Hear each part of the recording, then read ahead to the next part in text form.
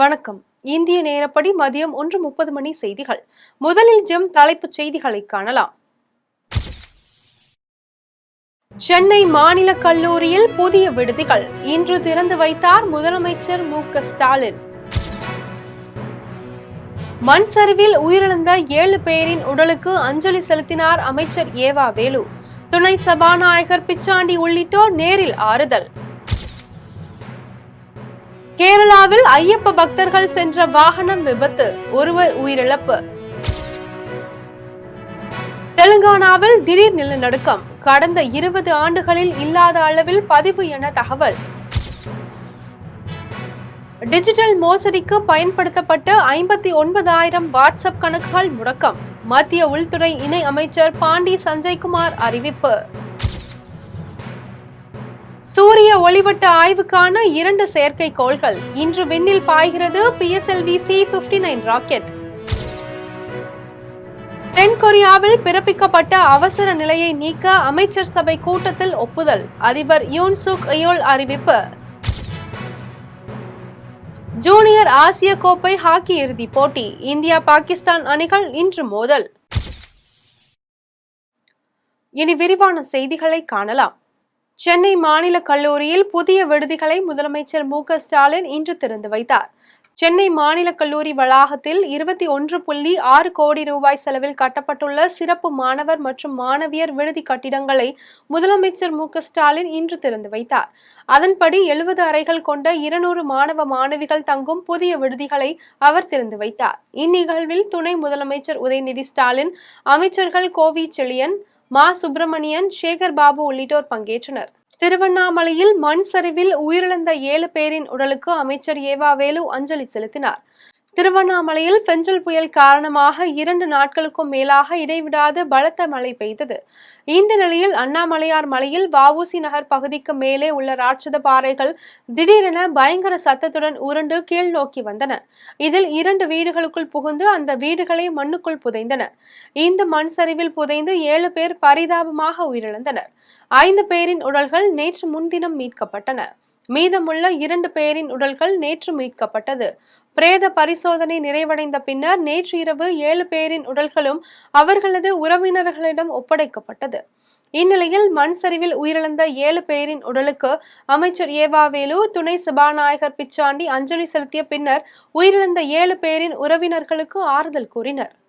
டெல்லி மீரட் நெடுஞ்சாலையில் உள்ள காசிப்பூர் எல்லையில் ராகுல் காந்தி, பிரியங்கா சென்ற காரை போலீசார் தடுத்து நிறுத்தினர். உத்தரப்பிரதேசத்தின் சம்பல் மாவட்டத்தில் கடந்த மாதம் நடந்த வன்முறையில் 4 பேர் உயிரிழந்தனர். இந்நிலையில் வன்முறையால் பாதிக்கப்பட்டவர்களை சந்திக்க மக்களவை எதிர்க்கட்சித் தலைவர் ராகுல் காந்தி தடையை மீறி சம்பலுக்கு பயணம் மேற்கொண்டார். அப்போது அவர் சம்பல் மாவட்ட எல்லையில் தடுத்து நிறுத்தப்பட்டார். ராகுல் காந்தியுடன் பிரியங்கா காந்தி மற்றும் அவர்களுடன் சேர்த்து காங்கிரஸ் எம்பிக்கள் 5 பேரும் தடுத்து நிறுத்தப்பட்டனர். சூரிய ஒளிவட்ட ஆய்வுக்கான 2 செயற்கைக்கோள்களுடன் PSLV C-59 ராக்கெட் இன்று விண்ணில் பாய்கிறது. ஐரோப்பிய விண்வெளி நிறுவனம் புரோபா 3 என்று பெயரிடப்பட்ட ஓகல்டர் மற்றும் கொரோனா கிராப் என்ற 2 செயற்கைக்கோள்களை உருவாக்கியுள்ளது. இந்த செயற்கைக்கோள்கள் சூரியனின் ஒளிவட்ட பகுதியை ஆய்வு செய்யும் விதத்தில் வடிவமைக்கப்பட்டுள்ளது. 550 கிலோ எடை கொண்ட இந்த செயற்கைக்கோள் இந்திய விண்வெளி ஆராய்ச்சி நிறுவனத்தின் ஏவுதளமான ஆந்திரா மாநிலத்தில் உள்ள ஸ்ரீஹரிகோட்டா சதீஷ் தவான் விண்வெளி ஆய்வு மையத்தில் இருந்து விண்ணில் ஏவப்படுகிறது. ராக்கெட்டுக்கான எரிபொருட்கள் நிரப்பப்பட்ட நிலையில் இறுதிக்கட்ட பணியான கவுண்டவுன் நேற்று மாலை 3:08 மணியளவில் தொடங்கியது. நிர்ணயிக்கப்பட்ட 25 மணி நேரம் கவுண்டவுன் முடிந்து கொண்டு இன்று மாலை 4:08 மணிக்கு PSLV C-59 ராக்கெட் மூலம் வெற்றிகரமாக விண்ணில் ஏவப்படுகிறது. பஞ்சாப் முன்னாள் துணை முதலமைச்சர் சுக்பீர் சிங் பாதலை பொற்கோயிலில் வைத்து சுட்டுக்கொள்ள முயற்சி நடத்தப்பட்ட சம்பவம் பரபரப்பை ஏற்படுத்தியுள்ளது. பஞ்சாப் மாநிலம் அமிர்தசரஸ் பொற்கோவிலில் முன்னாள் துணை முதலமைச்சர் சுக்பீர் சிங் பாதலை சுட்டுக்கொள்ள முயற்சி நடந்தது.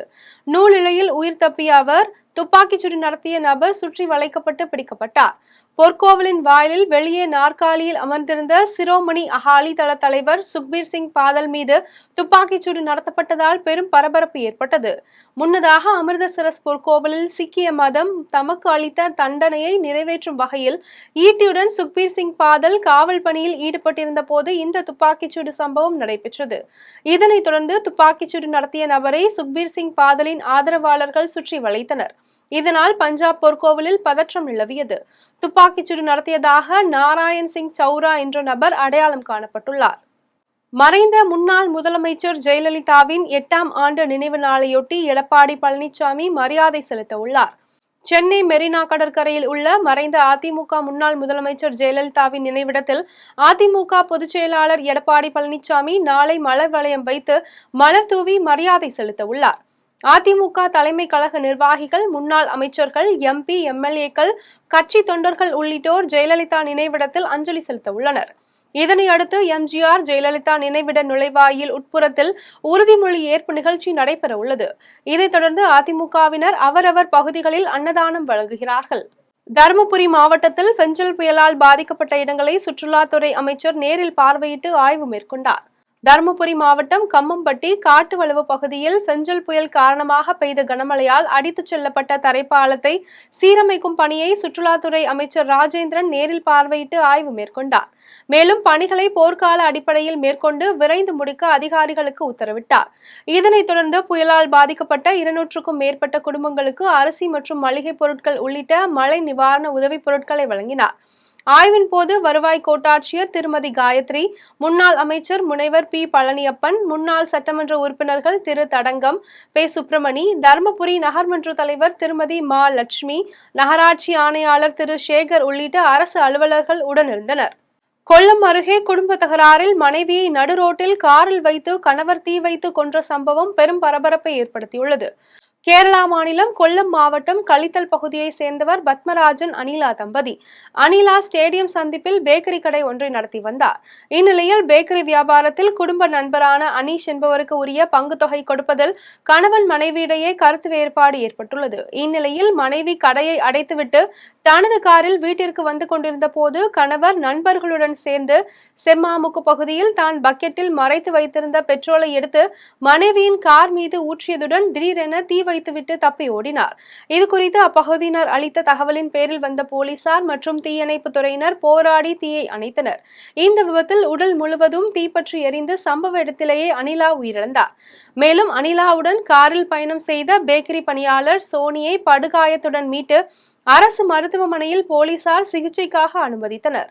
இந்த விபத்து குறித்து கொல்லம் போலீசார் வழக்கு பதிவு செய்து தீ வைத்து கொன்ற கணவன் பத்மராஜனை கைது செய்து விசாரணை மேற்கொண்டு வருகின்றனர். வேலூர் அருகே நின்று கொண்டிருந்த லாரியின் மீது ஜீப் மோதிய விபத்தில் 3 பேர் சம்பவ இடத்திலேயே பரிதாபமாக உயிரிழந்தனர். வேலூர் மாவட்டம் கருக்கம்பத்தூர் பகுதியில் உள்ள சென்னை பெங்களூரு தேசிய நெடுஞ்சாலையில் அதிகாலை அதிவேகமாக வந்த ஜீப் கட்டுப்பாட்டை இழந்து தேசிய நெடுஞ்சாலை ஓரமுள்ள தடுப்பு சுவர் மீது மோதி சர்வீஸ் சாலையில் நின்று கொண்டிருந்த லாரியின் பின்புறம் மோதி விபத்துக்குள்ளானது. இந்த விபத்தில் சென்னை மணலி பகுதியை சேர்ந்த மாலிக் பாஷா உட்பட 4 பேர் ஜீப்பில் வந்ததாகவும், மாலிக் பாஷா உட்பட 3 பேர் சம்பவ இடத்திலேயே உயிரிழந்த நிலையில் மற்ற ஒருவரை மீட்டு சிகிச்சைக்காக மருத்துவமனைக்கு கொண்டு செல்லப்பட்டனர். விபத்து குறித்து தகவல் அறிந்து வந்த போலீசார் இறந்தவர்களின் உடல்களை மீட்டு பிரேத பரிசோதனைக்காக வேலூர் அடுக்கம்பாறை அரசு மருத்துவமனைக்கு அனுப்பி வைத்து விசாரணை மேற்கொண்டு வருகின்றனர். உளுந்தூர்பேட்டையில் பாதிக்கப்பட்ட 207 விவசாயிகளுக்கு நலத்திட்ட உதவிகளை மாவட்ட ஆட்சியர் பிரசாந்த் வழங்கினார். உளுந்தூர்பேட்டையில் பெஞ்சல் புயலால் பாதிக்கப்பட்ட 207 விவசாயிகளுக்கு மாவட்ட ஆட்சியர் பிரசாந்த் தலைமையில் நலத்திட்ட உதவிகள் வழங்கப்பட்டது. இதில் சட்டமன்ற உறுப்பினர்கள் வசந்தம் கார்த்திகேயன், உதயசூரியன், மணிகண்ணன் மற்றும் மாவட்ட வருவாய் அலுவலர் சத்யநாராயணன் ஆகியோர் முன்னிலையில் 20,17,500 ரூபாய் மதிப்பிலான காசோலை மற்றும் அரிசி, மளிகை பொருட்கள், புடவை, வேட்டி உள்ளிட்டவைகளை வழங்கினார். இதில் வட்டாட்சியர் ஆனந்த கிருஷ்ணன், ஒன்றிய குழு பெருந்தலைவர் ராஜவேல், திட்டக்குழு உறுப்பினர் வசந்தவேல் உள்ளிட்டோர் கலந்து கொண்டனர். பெஞ்சல் புயலால் பாதிக்கப்பட்ட மக்களுக்கு மேல்மலையனூர் ஒன்றியத்தின் சார்பில் நிவாரணப் பொருட்கள் அனுப்பி வைக்கப்பட்டது.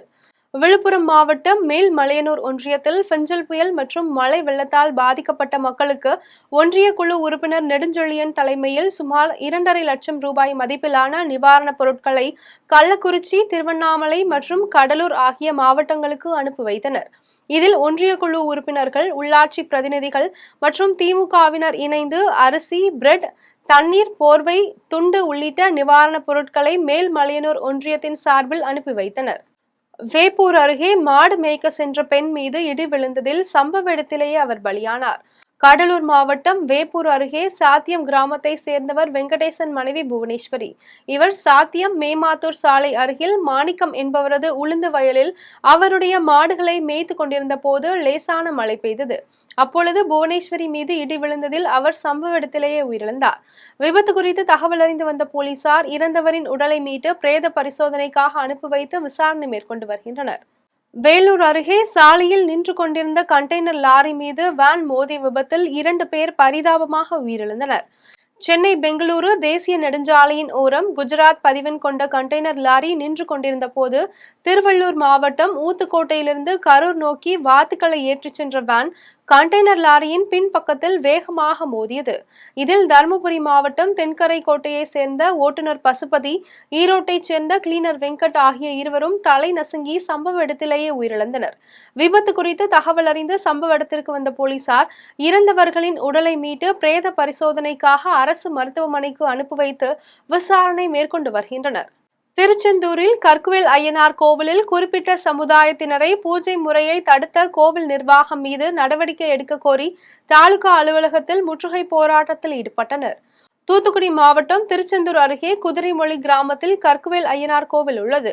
இந்நிலையில் கோவிலின் விழாவில் குறிப்பிட்ட ஒரு சமுதாயத்தினருக்கு விழா தொடங்கக்கூடிய முதல் நாள் இறுதி மற்றும் பூஜை முறைக்கு சென்றபோது கோவில் நிர்வாகம் அவர்களை தடுத்ததாக கூறப்படுகிறது. இதனை கண்டித்து சமுதாயத்தினர் மாவட்ட நிர்வாகத்திடம் தெரிவித்தனர். இந்நிலையில் இதுவரை எவ்வித நடவடிக்கையும் எடுக்காததால் தாலுகா அலுவலகத்தில் முற்றுகை போராட்டத்தில் ஈடுபட்டனர். வாங்க அதை பேசி முடிச்சிடும், அந்த கம்யூனிட்டி கிளாஸ் ஆயிடக்கூடாது அப்படின்னு சொல்லி கூப்பிட்டுருந்தாங்க திருச்செந்தூர் தாலுகா இன்ஸ்பெக்டர். அதை நம்பி நாங்கள் வந்திருந்தோம். எங்களுக்கு திருச்செந்தூர் தாலுகா இன்ஸ்பெக்டரும் இங்கே இல்லை, திருச்செந்தூர் தாசில்தாரும் இல்லை, ஹெச்ஆர்என்சி அதிகாரிகளும் வரல, அந்த எங்களுக்கு பிரச்சனையை ஏற்படுத்தக்கூடிய அறங்காவலர் குழுவும் வரல, எந்த குழுவும் யாருமே வரல. எங்களை மட்டும் வரைய வச்சு அலைய விடுறாங்க. இதுதான் இந்த கடந்த 20 நாளாக நடக்கு. ஆமாம், இப்போ நாங்கள் வந்து 4 மணிலேருந்து இப்போ மணி 8 தாண்டிட்டு இப்போ வரைக்கும் தாசில்தாருக்காக காத்திருக்கோம். ஆமாம், தாசில்தார் எங்களை நாங்கள் முடிவு பண்ணி வரல, அவங்க சொன்ன டயத்துக்கு நாங்கள் வந்திருக்கோம். அவங்க எங்களுக்கு ஏன் அப்போ இன்னைக்கு வர வேண்டாம்னு சொல்லியிருந்தா முன்னோட்டியே தகவல் சொல்லியிருக்கோம். நாங்கள் 4-5 மாவட்டத்திலேருந்து 150 குடும்பங்கள் வந்திருக்கோம். ஆமாம், எல்லாருமே உள்ளதான் உட்காந்துருக்கோம். பெண்கள் எல்லாரும் 4 மணி நேரத்துக்கு மேலே உள்ள உட்காந்துருக்காங்க, ட்ராவல் பண்ணிட்டு வந்திருக்காங்க. இப்போ அடுத்த ட்ராவல் பண்ணி கன்னியாகுமரி மாவட்டத்துக்கு, தென்காசி மாவட்டத்துக்கு, விருதுநகர் மாவட்டம் எல்லா பக்கமும் போகணும். இது குறித்து தகவல் அறிந்து வந்த தாசில்தார் போராட்டத்தில் ஈடுபட்டவர்களிடம் பேச்சுவார்த்தை நடத்தியதை அடுத்து போராட்டத்தை கைவிட்டு கலைந்து சென்றனர். தேனி பேரூராட்சியில் அடிப்படை வசதிகள் செய்து தர கோரி அப்பகுதி மக்கள் சம்பந்தப்பட்ட அதிகாரிகளிடம் கோரிக்கை விடுத்துள்ளனர். தேனி மாவட்டம் உத்தமபாளையம் 13வது வார்டு இந்திரா நகர் பகுதியில் 100க்கும் மேற்பட்ட குடும்பங்கள் வசித்து வருகின்றனர். இந்நிலையில் பேரூராட்சியில் அடிப்படை வசதிகள் செய்து தர கோரி பல முறை புகார் அளித்தும் எவ்வித நடவடிக்கையும் எடுக்கவில்லை என கூறப்படுகிறது. மேலும் கழிவுநீர் வெளியேற கால்வாய் வசதி அமைக்காததால் கழிவுநீர் தெருக்களில் தேங்கியுள்ளது. இந்நிலையில் பேரூராட்சியினர் கழிவுநீர் அப்புறப்படுத்த நடவடிக்கை எடுக்காமல் கொசு ஒழிப்பு பணி செய்துவிட்டதாக வீடுகளில் நோட்டீஸ் ஒட்டிவிட்டு செல்வதாகவும் தெருவிளக்கு அமைக்காமல் உள்ளது என்பன உள்ளிட்ட அடிப்படை வசதிகள் குறித்து குற்றம் சாட்டினர்.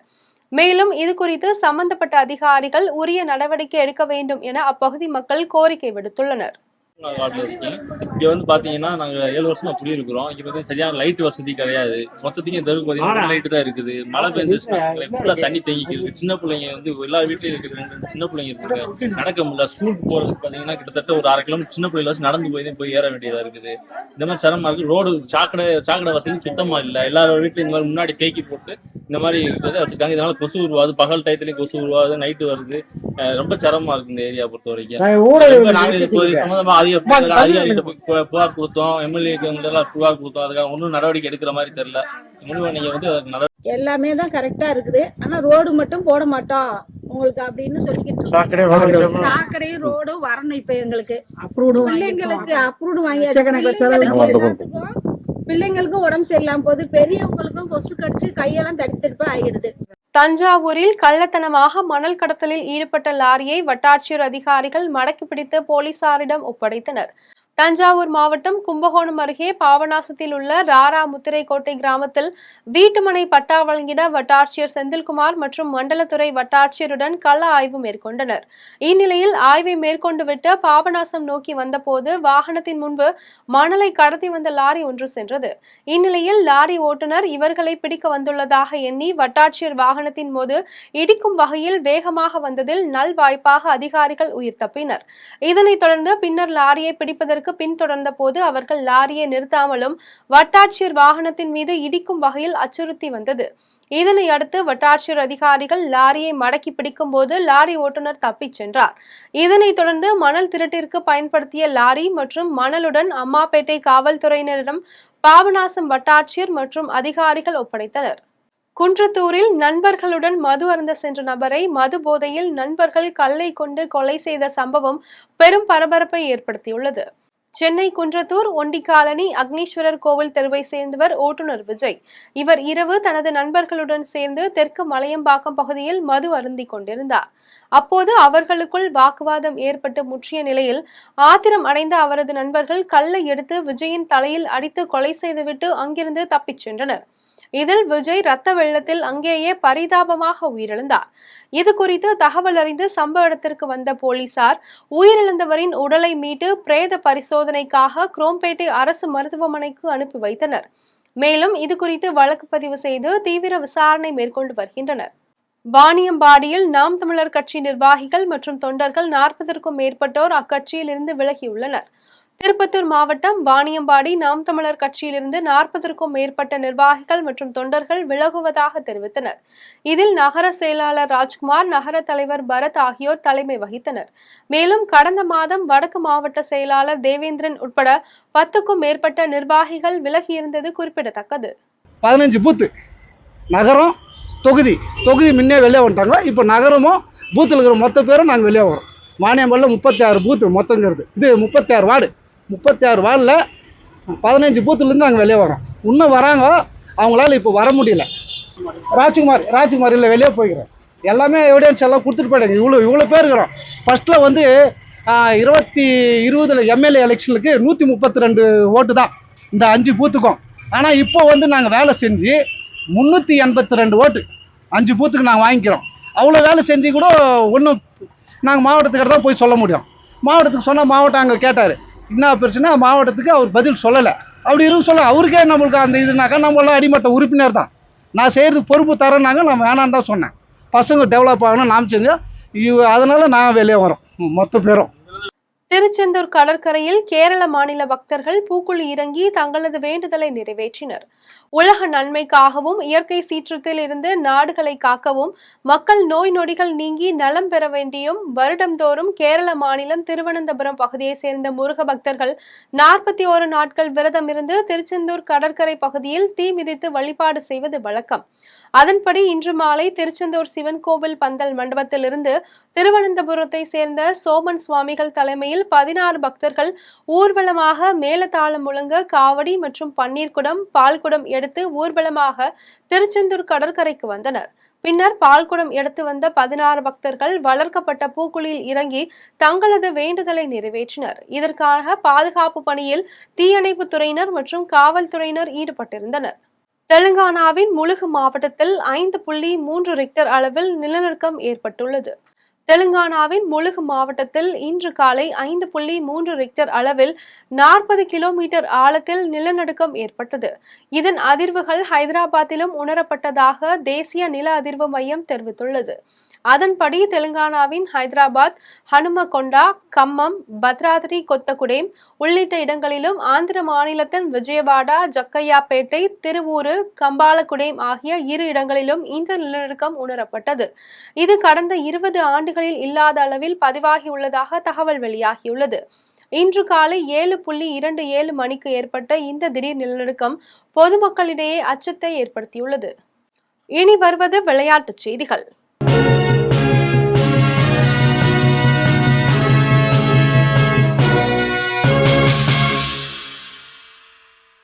ஜூனியர் ஆசிய கோப்பை ஹாக்கி இறுதிப் போட்டியில் இந்தியா பாகிஸ்தான் அணிகள் இன்று மோதுகிறது.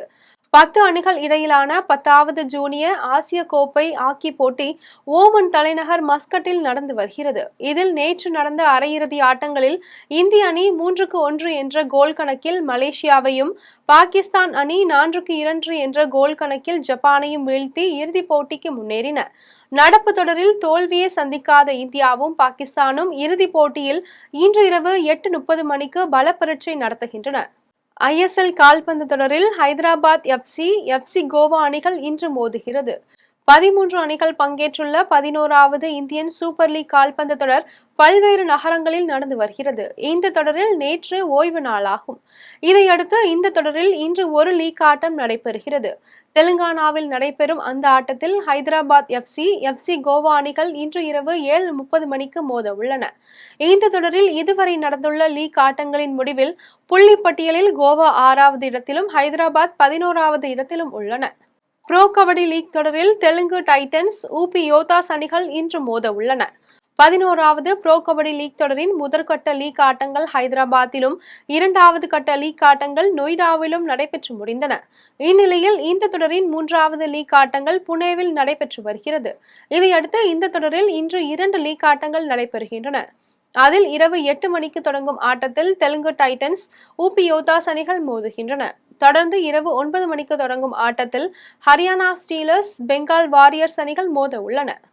இனி வருவது தங்கம், வெள்ளி விலை மற்றும் பங்குச்சந்தை நிலவரம்.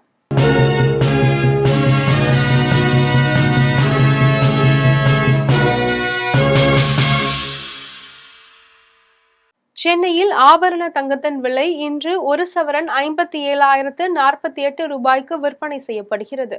சென்னையில் இன்று ஆபரண தங்கத்தின் விலை 1 கிராமிற்கு 1 ரூபாய் அதிகரித்து 7,131 ரூபாய்க்கு விற்பனை செய்யப்படுகிறது. மேலும் 1 சவரன் 8 ரூபாய் அதிகரித்து 57,048 ரூபாய்க்கு விற்பனை செய்யப்படுகிறது. 24 கேரட் தூய தங்கம் 1 சவரன் 62,224 ரூபாய்க்கு விற்பனை செய்யப்படுகிறது. மேலும் 1 கிராம் வெள்ளி 99 ரூபாய் 50 காசுகளுக்கும், 1 கிலோ வெள்ளி 99,500 ரூபாய்க்கும் விற்பனை செய்யப்படுகிறது. மும்பை பங்குச்சந்தை இன்று உயர்வுடன் காணப்படுகிறது. மும்பை பங்குச்சந்தை குறியீட்டு எண் சென்செக்ஸ் 286 புள்ளிகள் அதிகரித்து 81,132 புள்ளிகளில் வணிகமாகிறது. தேசிய பங்குச்சந்தை குறியீட்டு எண் நிப்டி 90 புள்ளிகள் அதிகரித்து 24,547 புள்ளிகளில் வணிகமாகிறது. மீண்டும் ஜெம் தலைப்புச் செய்திகள். சென்னை மாநில கல்லூரியில் புதிய விடுதிகள் இன்று திறந்து வைத்தார் முதலமைச்சர் மு.க.ஸ்டாலின். மண் சரிவில் உயிரிழந்த 7 பேரின் உடலுக்கு அஞ்சலி செலுத்தினார் அமைச்சர் ஏவா வேலு. துணை சபாநாயகர் பிச்சாண்டி உள்ளிட்டோர் நேரில் ஆறுதல். கேரளாவில் ஐயப்ப பக்தர்கள் சென்ற வாகனம் விபத்து, ஒருவர் உயிரிழப்பு.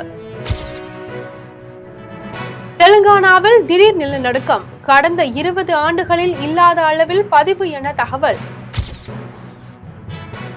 டிஜிட்டல் மோசடிக்கு பயன்படுத்தப்பட்ட 59,000 வாட்ஸ்அப் கணக்குகள் முடக்கம், மத்திய உள்துறை இணை அமைச்சர் பாண்டி சஞ்சய்குமார் அறிவிப்பு. சூரிய ஒளிவட்ட ஆய்வுக்கான 2 செயற்கைக்கோள்கள் இன்று விண்ணில் பாய்கிறது. PSLV C-59 rocket. தென்கொரியாவில் பிறப்பிக்கப்பட்ட அவசர நிலையை நீக்க அமைச்சர் சபை கூட்டத்தில் ஒப்புதல், அதிபர் யூன் சுக் இயோல் அறிவிப்பு. ஜூனியர் ஆசிய கோப்பை ஹாக்கி இறுதிப் போட்டி, இந்தியா பாகிஸ்தான் அணிகள் இன்று மோதல். இத்துடன் ஜெம் செய்திகள் நிறைவடைகின்றன. மீண்டும் ஜெம் செய்திகள் இரவு 8:30 மணிக்கு. உடனுக்குடன் செய்திகளை காண GemLive.tv என்ற இணையதளத்தில் இணைந்திருங்கள். நன்றி, வணக்கம்.